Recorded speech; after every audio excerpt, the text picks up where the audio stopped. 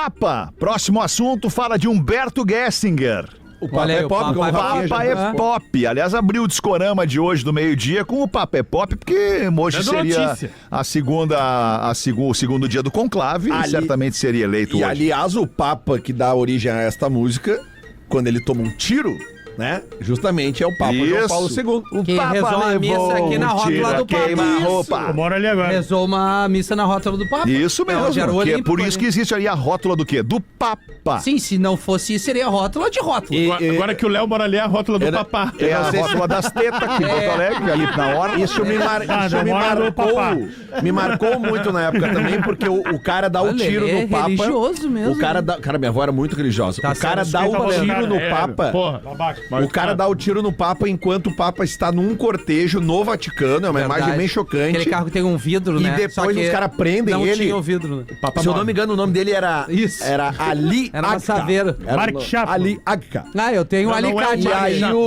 E aí, um tempo depois, o Papa recebe ele, cara, e perdoa ele. Sabe por quê? Porque o Papa perdoa. Papa Lê Leão. Sabe qual foi o som do cara quando deu o tiro? Pá! Pá! E aí a tropa de elite homenageou também. Notícia, o silêncio que precede o esporro. Não, mas tá no filme, inclusive, do Tropa 1, é a visita do Papa ao Rio de Janeiro. Exatamente. Bota na conta do Papa. Que baita filme, eu vou ver de novo 1 e o 2. Olha quanta referência pop de Papa a gente trouxe. Mas voltando ao Humberto Gessinger. Humberto Gessinger diz não ter saudade dos anos 80. Não, eu discordo. Mas tu não tem que discordar. Não, eu discordo. É um sentimento dele. Não é o Humberto Gessinger. Mas ele não é o ano, é a década. Quando é que ele bombou? Gordo Beto. Ele segue bombando. Bomba até hoje. Não, bomba até hoje. Legal. É o ano, depois Bombou. sou eu. 80, 90, 2000, segue bombando o Humberto Gessinger. Ele surgiu, que ele explodiu. Aí é 80, Então. anos 80. Mas acredito que seja uma entrevista que ele tenha dado pra Rádio Gaúcha, que repercutiu muito, não é isso? Pro Estadão. Pro Estadão? Pro Estadão. É uma entrevista de hoje. É. O jornal do Estado Tá de São Paulo. repercutindo tanto quanto dá pra Rádio Gaúcha. Exatamente. E aí falam justamente, o engenheiro de uma banda, que sempre as pessoas falam que querem de volta, e ele mais uma vez fala que não tem nenhuma vontade de voltar com os engenheiros do Havaí.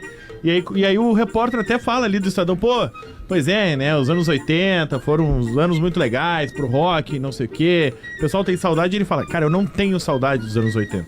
Os anos 80 foram muito legais, eu eu aproveitei eles, a gente fez uma carreira legal, mas eu evoluí. Eu já não sou a pessoa dos anos 80, não quero viver o que eu vivi nos anos 80, eu quero viver o que eu estou vivendo em 2025. Não tenho saudades do que passou e acho que as pessoas também têm que superar algumas coisas que já aconteceram. É um desabafo, né? Tem uma entrevista dele pra Rádio Gaúcha, pro GZH, na verdade, onde ele diz que as pessoas desistiram de Porto Alegre. Não sei se vocês viram esse corte. Não vi. Uma entrevista pro não tá errado. Paulo Germano e pra Juliana Bublitz. Ele não tá errado, não. As pessoas desistiram de Porto Alegre. É um podcast específico sobre a cidade de Porto Alegre. Isso. Mas desistiram no contexto geral, assim, de nada, assim. Não, e cultural também. às vezes dá uma cansada. Porque assim, tu foi criado no cidade interior, meio que parou, né, O cara? Fetter tá aí, o Rafinha tá aí, a gente foi criado na região metropolitana, o Lelê. Era uma Porto Alegre, velho. Culturalmente muito forte nos anos 80 O Lelê e 90. falou sobre isso já. Só um pouquinho, mas a gente não pode também ignorar o fato de que tem muita gente empreendendo na cidade, empreende no entretenimento, empreende na gastronomia, surgem restaurantes maravilhosos em Porto Alegre, surgem lugares muito legais em Porto Alegre pra gente fazer alguma coisa e tal, mas cara, a efervescência, ela já passou, né? Ela já se foi, né? Muita gente opta por de fato sair da cidade, muita gente saiu da cidade na pandemia e não voltou, muita gente saiu da cidade na enchente e não voltou. Ou trabalha na cidade em home office pra outra cidade, porque aqui não conseguiu. Exato, e aí ele diz também que na primeira oportunidade, na primeira graninha que o cara consegue juntar, ele compra uma casa na praia, e aí no primeiro feriado, no fim de semana, o que o cara faz? Sai de Porto Alegre pra ir pra praia, sai pra ir pra serra, sai pra ir pra não sei onde, vai embora do país, vai embora porque é de Porto Alegre que vai embora do país. É que era uma época época também, né? Vocês que viveram de caminhar pelas ruas, né? Principalmente Bonfim, Oswaldo Aranha. Verdade. Era a efervescência cultural da coisa mesmo. Tu ia pra 1000 lugares na mesma noite, né? E, cara, hoje, querendo ou não, mudou muito o padrão de consumo e também... de comportamento. Exato, é isso. Exato. Cara, eu acabei de falar de um fato aqui que ele tem muito a ver com o momento que Porto Alegre veio. Sim, cara. O Papa veio pro Brasil e ele não foi pra todas as capitais estaduais.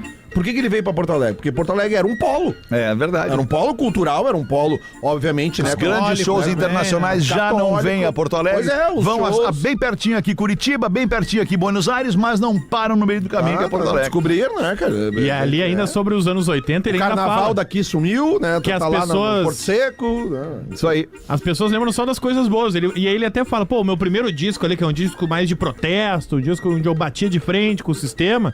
Não sei se ele estaria no catálogo nos anos 80, bem no início dos anos 80 ali. Ele diz, hoje ele tá nas plataformas digitais e o meu público, e as pessoas, eu posso não estar no número 1, no número 2 e entendo a música mais comercial, mas o meu público, as pessoas que eu quero atingir, eles estão indo no meu show. Continua indo, claro, sem dúvida. Ah, mas ele é um cara, ele é gigante. Ele é diferente, ele é gigante. Ele é um gênio. Onde é que ele vai, ele vai fazer, ele leva o público dele, é bem isso aí. Ele é um caso ele clássico. Ele construiu a carreira dele. Ele é um caso clássico de um artista que constrói uma banda, né? Isso. Com outros integrantes, a banda... Cara, o Engenheiros foi a maior banda do Brasil, cara. O Engenheiros era headliner do Rock in Rio 91. É verdade. Entendeu? E naquela época já a música mais estourada era um cover e tal, que era um garoto que comeu, mas enfim, eles tiveram uma obra. Daí a banda termina, ele sai em carreira solo, cara, e a carreira solo dele é absolutamente consolidada, sabe? Com o público dele repaginando as músicas do Engenheiros do jeito que ele quer. Depois ele faz o pouco a vogal, o cara é legal pra caramba. Pô, cara. E ele ainda fala que nos anos 80 às vezes era difícil de chegar no público dele. Que hoje, quando ele lança uma coisa, na mesma hora tá no público dele. Claro. E ele disse que às vezes ele tinha que esperar o boca a boca, tinha que esperar as coisas acontecerem, a rádio tocar, e daqui a pouco tinha... E ele, ele disse, os anos 80 foram muito legais, mas tinham coisas boas e coisas ruins, como todos os anos. Eu estou seguindo a minha vida e acho que... Grande abraço pro Humberto Gessinger, somos absolutamente teus fãs por aqui. 6h20, quer dizer, acho que se eu falo por mim, eu gosto dele, eu gosto dele também. E ele gosta da gente, cara. A gente fez um show dele do Grass de Peito Aberto ano passado e ele ouve muito a rádio. Que legal. Tomara que ele receba esse abraço. Um cara muito tri, Ele toca no Brasil todo, cara. 6h22, tá banando pra quem, Gomes? Pro Humberto Gessinger, que tá nos assistindo. Ok, tá, entendi.